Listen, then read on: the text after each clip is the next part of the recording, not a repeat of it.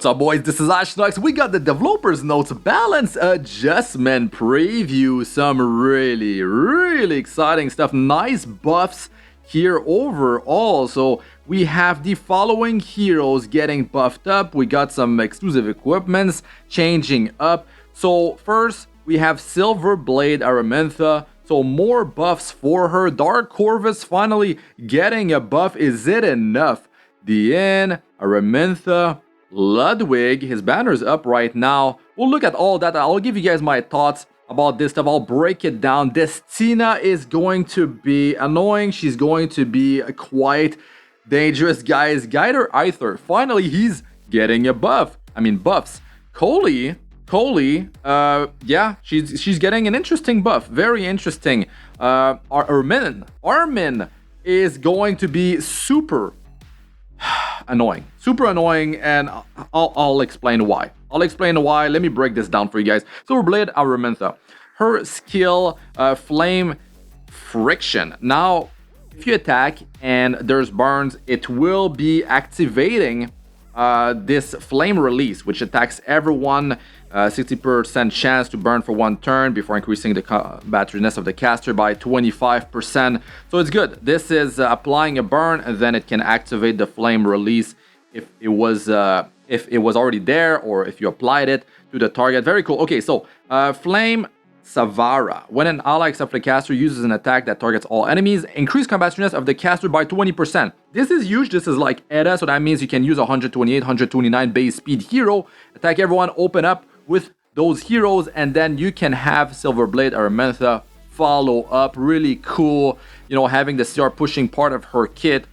Quite easy to get her activated with very high base speed heroes, which is definitely the most efficient way to go about it.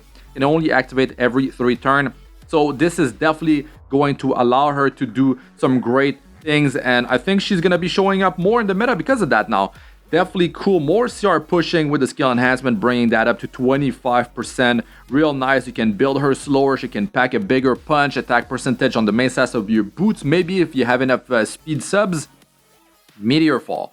Now this one has a higher chance to inflict 2 burns, so that is good. It stuns like before and decrease combativeness of the enemy with the highest CR by 30%. So that is definitely a good thing when you open with a high base speed hero to initiate and get her to CR push and follow up.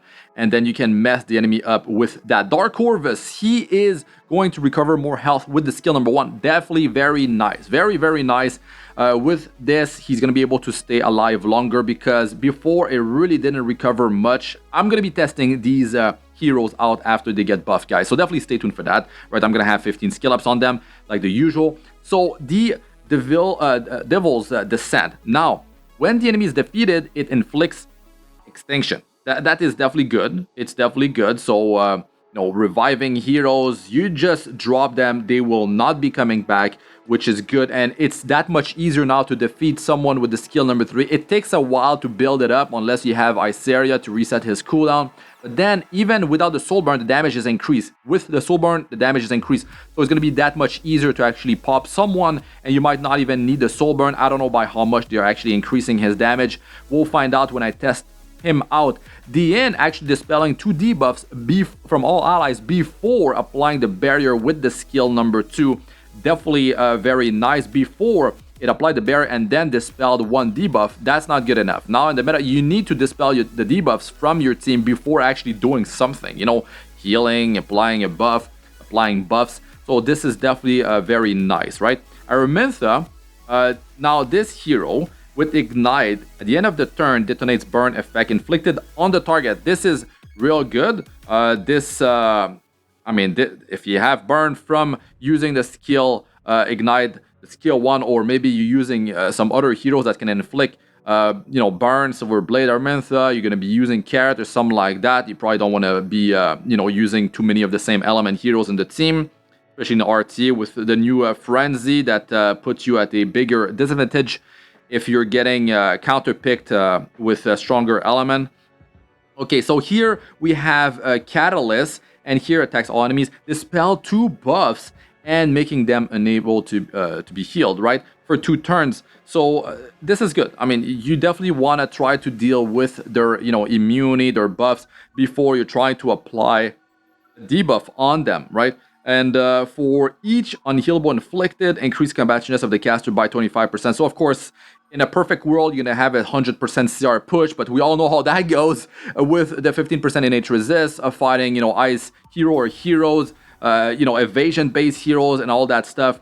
Cooldown was actually increased, okay, because it's more powerful now. Fire Pillar, now this grants a barrier to the caster for 2 turns, and the strength is based on how much attack you have. Inflicts 2 burn effect for 2 turns, 100%. So that is better. This definitely better, more burning. So cool. Okay, now Ludwig, very interesting here. His skill number 2, Moonlight Blow, decrease buff duration by 1 turn, so you can take out their immunity, right? That's the better way to go about it. Instead of removing 1 buff, decreasing buff duration by 1 turn is very powerful. And then you have a 100% chance to stun. And with the Soul Burn, it ignores effect resistance. You don't have to worry about the stupid 15% innate resist. Perfect. So if you have the souls, it's really deadly because after the attack, when the target is stunned, increase combativeness of the caster of Ludwig by 50%. So it's going to be that much faster. You're halfway there to actually follow up into a skill number 3. Right? So he has invincibility for 1 turn after he uses the skill number 2. So he's self-sufficient. If you can get attack buff on him, even sometime without it, if the enemy is squishy enough, you can inflict a lot of damage, right? So I really like that. He's going to be more self-sufficient. And then the greatest thing here is that when he uses the skill number 3, attacks all, right?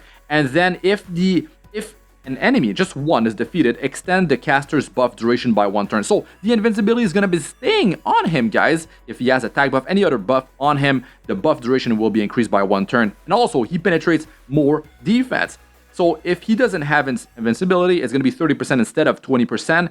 And if he has invincibility, it's going to be a whopping 60% defense penetration together, which is really nice. Much, not that much better, but it's better than before. But the greatest thing is the extension of duration of buff. So he's going to have better survivability, invincibility lasting longer, all sorts of buffs on him will be extended. Very nice. And the damage dealt was increased because the soul burn is gone, and it's better to have it on the skill number 2 to ignore effect resistance because it is very powerful. That's skill number 2. And also packs a punch too. That's the thing. His exclusive equipment, right? Damage dealt is increased by 10% with the skill number 2, Moonlight Blow. Very nice. Okay, Destina, guys. Like, watch out for Destina. You definitely want to dust her off, build her if you still haven't, right? So the skill number 1 is good because now it recovers health of the ally with the lowest health based on Destina's maximum health, right? Like, so that's really good. It's better than what it was before, especially if you have her with squishier heroes or heroes that are, defense based, right? So they might not have that much health. So yeah, she can top them off. Now the skill number 2, Regen, right? Dispel 2 debuffs and then recover the health of the target and the ally, and then increase combativeness by 30%, goes up to 50% with her exclusive equipment. This is really good. You remove 2 debuffs before the healing, before the CR pushing. So that is definitely what you want in the meta now, right? The healing was decreased, acquires 1 soul, cooldown is only 2 turns. So this is definitely a very impactful skill number 2 right there. And the skill number 3, guys. Okay, this is insane right there. Grants all allies the blessing of a Spirit Lord, reviving all dead allies to 20% health. Like, she can revive, and then if they're not dead, she dispels all debuff before recovering health of the whole team. Okay, and that's really good. That's really good because now she's like a mage, she's like a Ruel, but like very dangerous. Like, if she's built super tanky and she's the sole survivor, she can really be impactful because she can just bring back your team, right? Unless they were extinct from extinction. At the start of the first battle, another thing that is insane here, grants Spirit Blessing to the caster for 2 turns, cannot be dispelled, and what Spirit Blessing does is increase the effect resistance by 60% of Destina. So she's gonna be like the hero with the highest effect resistance in the game for the first 2 turns, right? You build her slower too, and then she's gonna be super dangerous. You're not gonna be able to land debuffs on her, and you can have Shimaja staff, like you can pump that effect resistance, you can have some imprints. in your team and stuff like that, and really stack her effect resistance so she cannot be crippled with debuffs. So this is going to be a hero to watch out for. Exclusive equipment was changed from the decrease of cooldown of Destina's Grace by 1 turn to increase combativeness of the target by an additional 20%. So Destina's Grace, right? This was the skill, it is the skill number 3. So yeah, the cooldown is long, that's the thing, but it's super dangerous. This thing now will be, oh god, oh man. And there's something I want to talk about, you know, after going through these balance changes and what they're trying to do with the meta. You know, it's like building our hopes on something and then just like crushing our dreams, basically. So Guider Aether, right? He really needed some buffs for so long. Like no one's using him almost, right? Attacks with Spirit Power before recovering health of all allies and granting a bearer for 2 turns. Amount recovered and bearer strength increase proportional to the caster's maximum health. This is a bit weird. Like now what? Guider Aether needs to be built with, you know, health. You kind of want to nuke with this hero. Maybe they're going with a different approach here. They're trying to have us build a different way. But maybe you go for damage. Maybe you decide to go for a support build. So that's the thing. Looks like it's going to be pretty decent for supporting, right? So you got some survivability, you know, recovery for your team, barrier and all that. Wave of Force, single target attack, and then dispels all buffs before increasing attack of the ally with the highest attack. For 2 turns, and then increase their combat chance by 50%. From my understanding, it's for that ally with the highest attack and push the CR. That is pretty insane. Dispel, I mean, yeah, the attack will be dispelling the buffs off of the target, and then you increase the attack of the ally with the highest attack and push their combat chance by 50%. Initially, I was like, I think it boosts the Guider's Aether's combat chance by 50%, but it looks to be like it's going to be the ally with the highest attack, right? So it's a nice amount of, I mean, you got the push, you're setting up that hero, right? So that's good, and you can know which hero it's going to be because it's going to be the one with the highest attack. And the thing is that Guider Aether has only 108 base speed, so, you know, you're not going to be opening up with this hero realistically, unless, yeah, you're not going to be optimal to put the best speed on a hero like that. So you could have a CR pusher before he actually goes to something like that, right? And have like the nuker with the highest attack, like super slow, and then you're gonna get like a double CR push from himself plus your initial CR pusher. You know, there's gonna be a bunch of stuff you're gonna be able to pull off, especially in control environment, which is gonna be way easier to set up than like in RT, of course. And here, the cooldown was reduced by 2 turns when you soul burn for 10 souls. So that means it's gonna be a 2-turn cooldown, guys. Gonna be able to go crazy with this thing. It's kind of like an Oxlot, basic, like not exactly, but it's sort of like that. And then he can help the team, you know, with healing and barrier. So it's interesting. And then the exclusive equipment, amount recovered by 20% when using spirit protection. Okay, so Guider Aether might be seeing more play right there. Coley, Ice Hero, 4-star only. So the skill number 1, 75% chance to steal 1 buff. Soul burn for 10 souls. You got, you know, 100% chance to steal 2 buffs. So that's definitely a very powerful skill number 1. Not only you remove the buff from the enemy, but you're also taking it for yourself, right? Now, Coley is going to be really dangerous versus a team with a fire hero or more. So definitely watch out for that. Doesn't have the greatest of base speed. It's like it's 111. I just checked before this. So definitely not going to be a hero that you can just have super crazy speed like 128 base speed hero and just make stuff happen, right? But look at this. So you got Accurate Strike, which is the skill number 2, attacks the enemy with an unseen blade and grants stealth to the caster for 2 turns. At the end of the turn, detonates any bleeding effect and bomb inflicted on the target. Damage dealt decreased. It doesn't matter because you're detonating bleed and you know, the bombs on the target. So that is definitely cool, and it works hand in hand with the skill number 3, right? So the skill number 3 attacks the enemy with a dagger and bomb. Decreasing buff duration by 1 turn, perfect. So you can take off the immunity off of them, inflicting bleed and planting a bomb before increasing combat chance of the caster by 50%. So you're halfway there. But then, when the target is a fire elemental hero, ignores effect resistance, perfect. You definitely want that. And then increase combat chance of the caster by an additional 50%. She's gonna get 100% CR push, guys. So that's the thing.